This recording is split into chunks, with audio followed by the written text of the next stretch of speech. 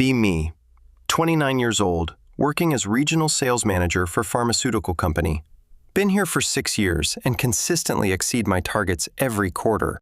Company sells medical devices to hospitals and clinics across the country. Sales team is about 80 people, split between regional and national accounts. Our VP of sales retires, and they promote someone internally to fill role. Guy named Omar, who has been here forever, and everyone respects him. He announces in first meeting that we are expanding leadership teams significantly, creating 4 new director positions to better manage our growing territories regionally. These director roles are big promotions with significant salary increases and equity. Would manage teams of 10 to 15 people and report directly to Omar. I have been working toward this kind of promotion for past 2 years. My numbers are top 3 in company, and I have mentored several junior reps. Company also adds a new board member named Vivian, who is 45 and vocal. She comes from a nonprofit background focused on women's empowerment and equity.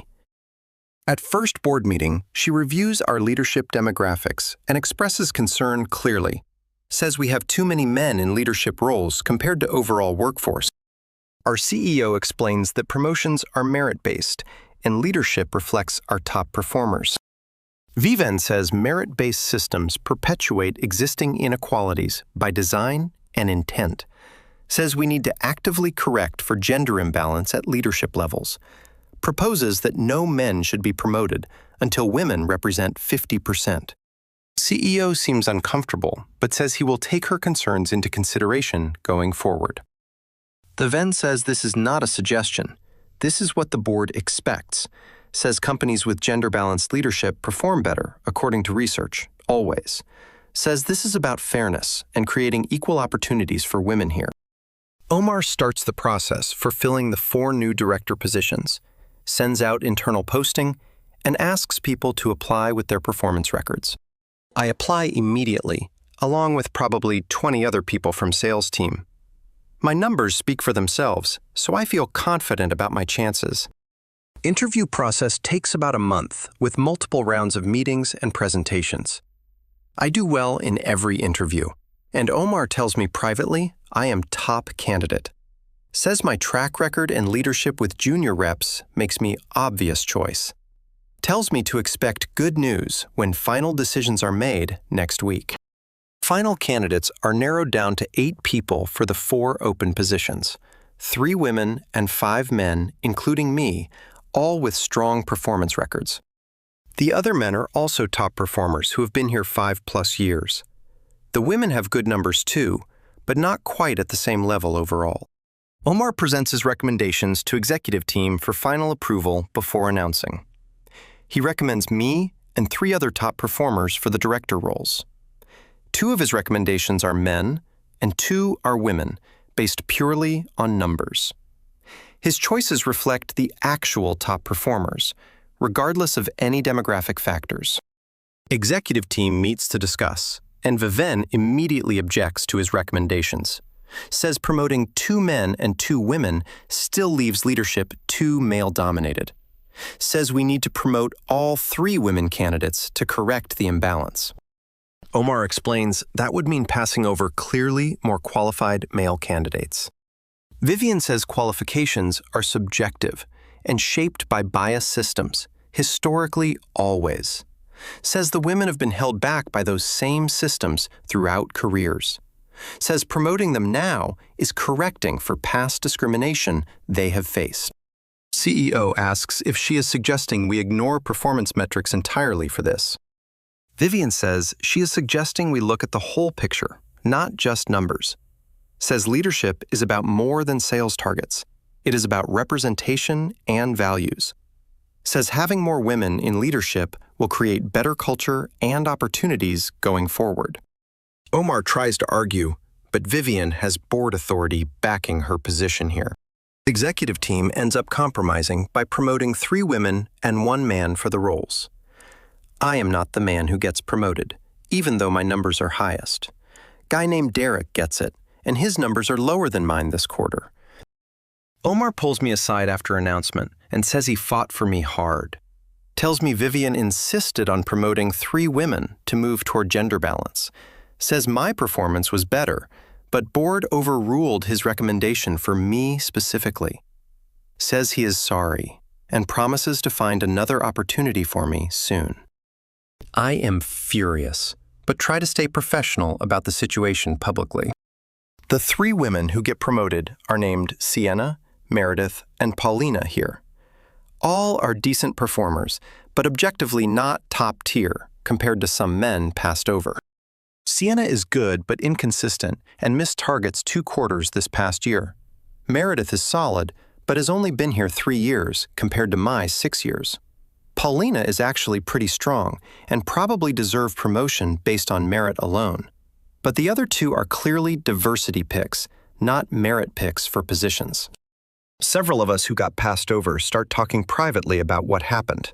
We compare our numbers to the people who got promoted, and pattern is obvious. Guy named Trevor, who has been here 8 years, got passed over despite top numbers. Another guy named Kendrick, who brought in 3 major hospital contracts, got passed over. Both of us are outperforming the women who got promoted by significant margins, but we got blocked because of our gender, not our performance or qualification.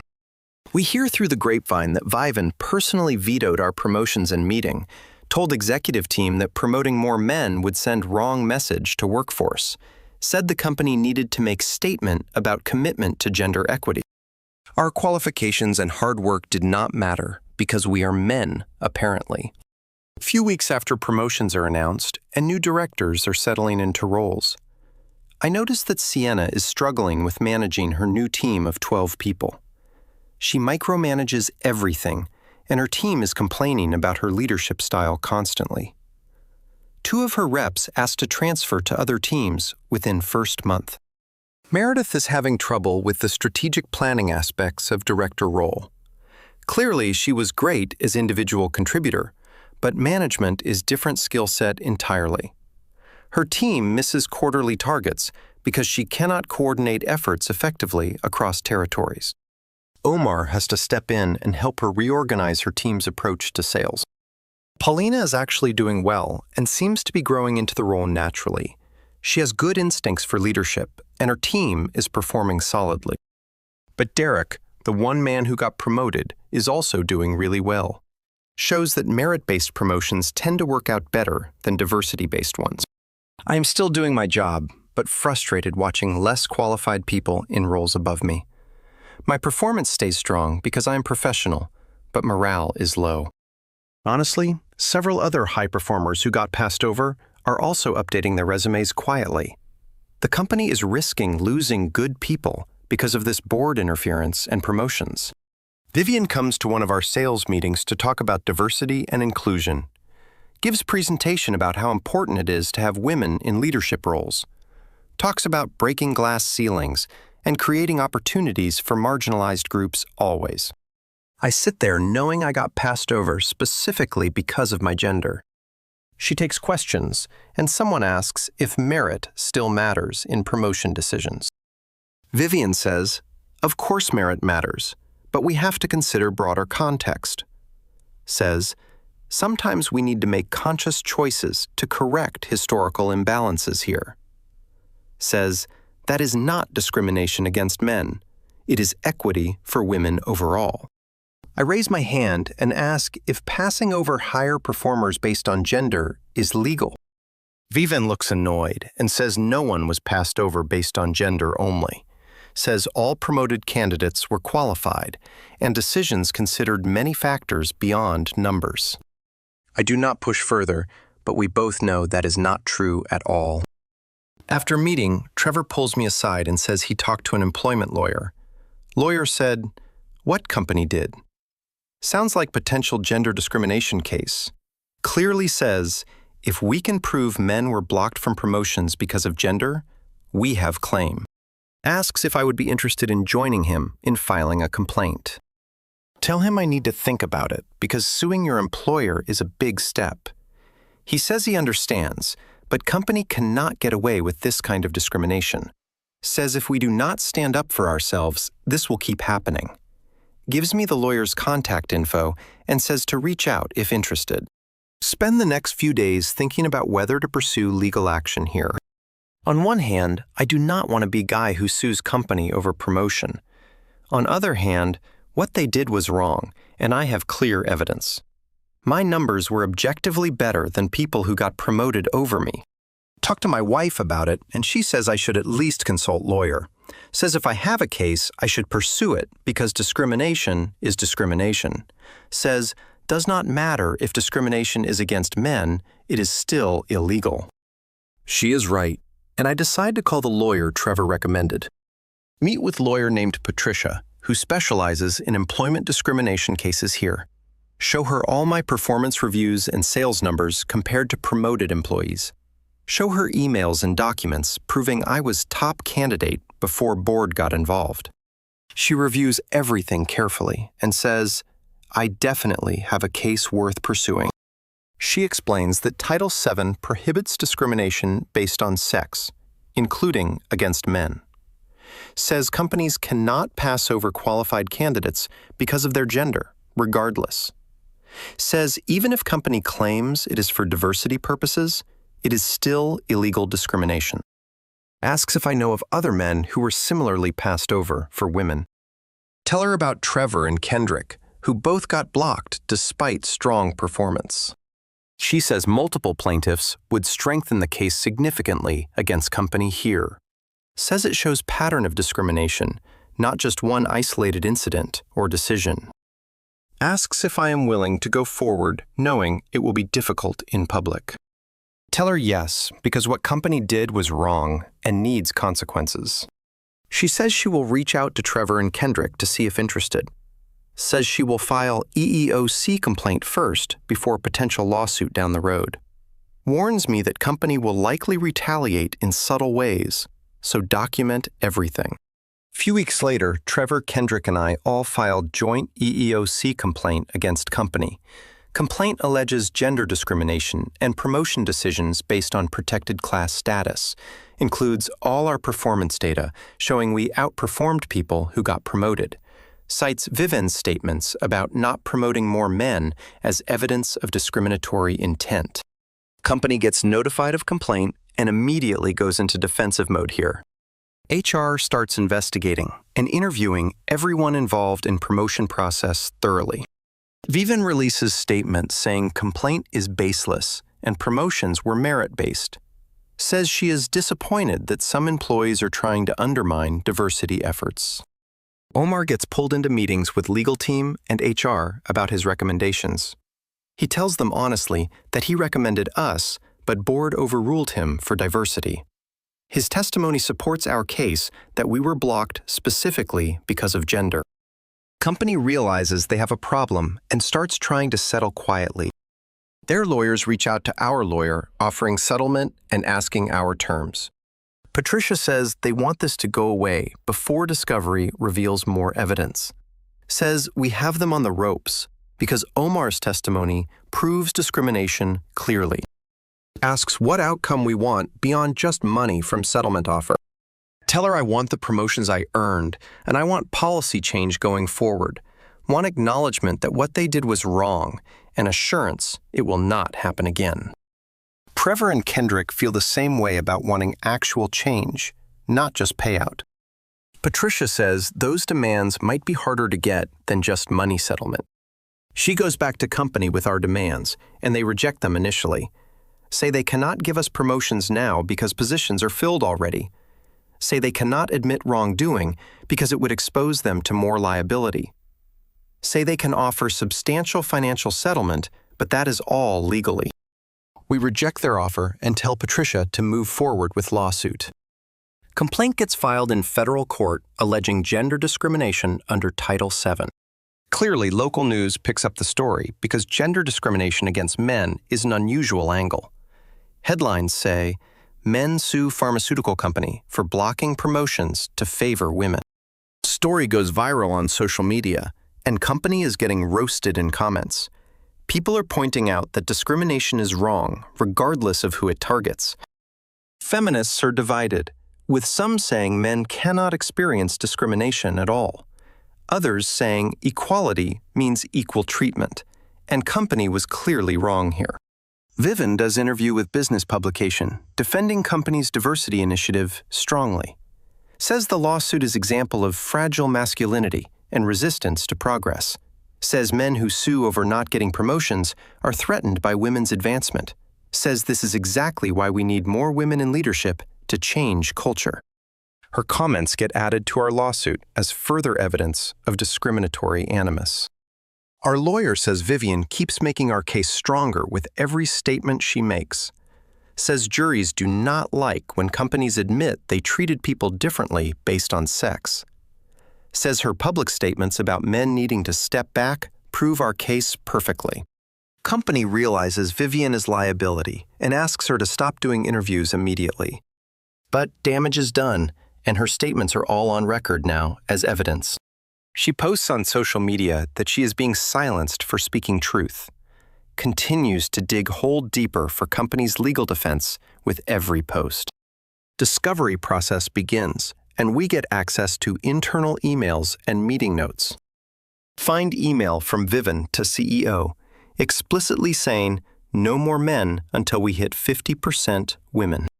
Find board meeting minutes where she said qualified men need to step aside for women.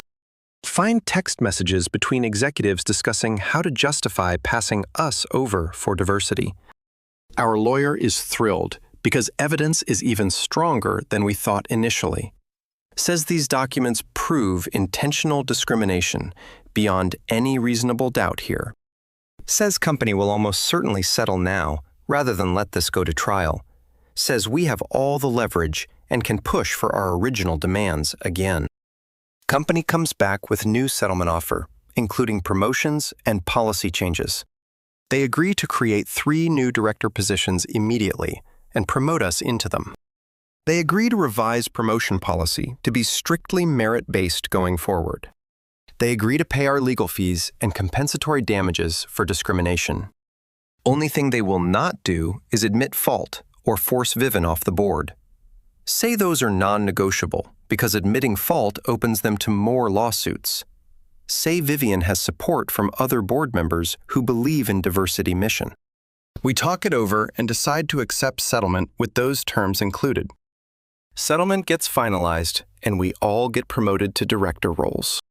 Finally, company announces they are creating new positions to expand leadership capacity. Does not mention the lawsuit or settlement in their announcement to employees, but everyone knows what really happened because news coverage was extensive everywhere. Vivian releases a statement saying she is glad company is creating more opportunities, frames it as victory for her diversity advocacy that we are now getting promoted, completely ignores that we had to sue to get what we earned on merit, rewrites narrative to make herself look good instead of admitting she was wrong. First day in my new director role, and it feels bittersweet, honestly. I earned this position years ago, but had to fight legal battle to get it. Several coworkers congratulate me, but some give me cold shoulder because of lawsuit. Some people think we were wrong to sue and should have just accepted decisions. Sienna, who got promoted over me, is now my peer in leadership meetings. She barely speaks to me and clearly resents that I sued company over her promotion. But her team is still struggling, and Omar is losing patience with her performance. Heard he is considering moving her back to individual contributor roles soon. Trevor and Kendrick are also in their new director roles and doing well. Our teams are performing at high level because we actually earned these positions. We prove every day that we were the right choices for promotion from start. The women who got promoted for diversity mostly are not performing as well. Few months into new role in company is dealing with fallout from lawsuits. Still, several more men have come forward saying they were also passed over for diversity. HR is investigating all recent promotion decisions to make sure no discrimination occurred. Vivian is being advised by legal team to step back from personnel decisions going forward. She is furious about being sidelined and posts about it on social media regularly. Says the patriarchy is fighting back against progress and trying to silence her. Says men cannot handle women having power and will sue rather than compete. completely ignores that we competed and won. But she blocked us illegally. 6 months after settlement, and Vivian resigns from board after pressure from investors. They are tired of her creating legal liability for company with her statements. Her departure is framed as pursuing other opportunities, but everyone knows truth. She immediately goes back to nonprofit world, where she can push ideology without legal consequences. She does podcast interview about her experience and still claims she did nothing wrong. Says the company abandoned their diversity commitment under pressure from lawsuit. Says she was forced out for standing up for women and equity. Takes zero responsibility for discrimination or legal mess she created for company. I listen to interview and shake my head at her complete lack of self-awareness. She destroyed people's careers, including mine, for ideology and will not admit it. She claims to support equality, but actively discriminated against men for being men. That is not equality. That is just discrimination with a different target chosen. Think about how close I came to never getting the promotion I earned. If we had not sued, I would still be in my old role watching less qualified people above me. Vivian would have continued blocking men from advancement for her diversity quotas. Other talented people would have left company because merit did not matter anymore. The lawsuit cost me stress, time, and money, but it was worth it. We proved that discrimination is wrong, regardless of who it targets. We established that companies cannot favor one gender over another, even for diversity. We protected future employees from having their careers destroyed by ideological board members. Company culture has shifted since the lawsuit and settlement was finalized here. Promotions are now much more transparent and based clearly on performance metrics. Nobody talks about diversity quotas anymore because legal teams shut that down. People are judged on their results, not their demographics, which is how it should be. The women who were promoted for diversity are mostly struggling still in roles. Sienna got demoted back to individual contributor after her team collapsed completely. Meredith is on performance improvement plan because her numbers are consistently low. Only Paulina is thriving because she actually had the skills for a leadership role. This proves that diversity without merit helps nobody in the long run, puts unqualified people in positions they are not ready for, which hurts them, passes over qualified people, which hurts them and makes them leave company, creates resentment and division instead of actual equality or fairness for anyone. Year after lawsuit, and I am being considered for VP role eventually. My team has consistently exceeded targets, and other leaders respect my work. This is what merit-based promotion looks like when discrimination is removed. I got here because of my performance, not because of my gender or identity. Trevor and Kendrick are also being groomed for senior leadership roles here. Company learned their lesson about blocking talent for ideological reasons. Finally, our lawsuit saved the company from destroying itself with bad diversity policies. We did them a favor, even though they fought us every step of the way. Vivian is now a consultant helping other companies implement diversity programs. Apparently, wonder how many of them will end up getting sued like our company did? She learned nothing from experience and will repeat same mistakes elsewhere. Some people never learn. They just find new places to cause same problems. Sometimes blocking promotions for diversity creates discrimination, not equality at all. Sometimes the people screaming about equity are the ones treating people most unfairly. Sometimes you have to sue to get what you earned because ideology overrides merit. And sometimes a board member's crusade gets wrecked when lawyers show up with evidence.